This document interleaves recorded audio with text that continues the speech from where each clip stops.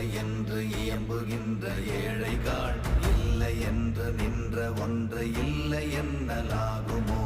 இல்லை அல்ல என்றும் அல்ல, இரண்டும் ஒன்றி நின்றதை எல்லை கண்டு கொண்டோரினி பிறப்பதிங்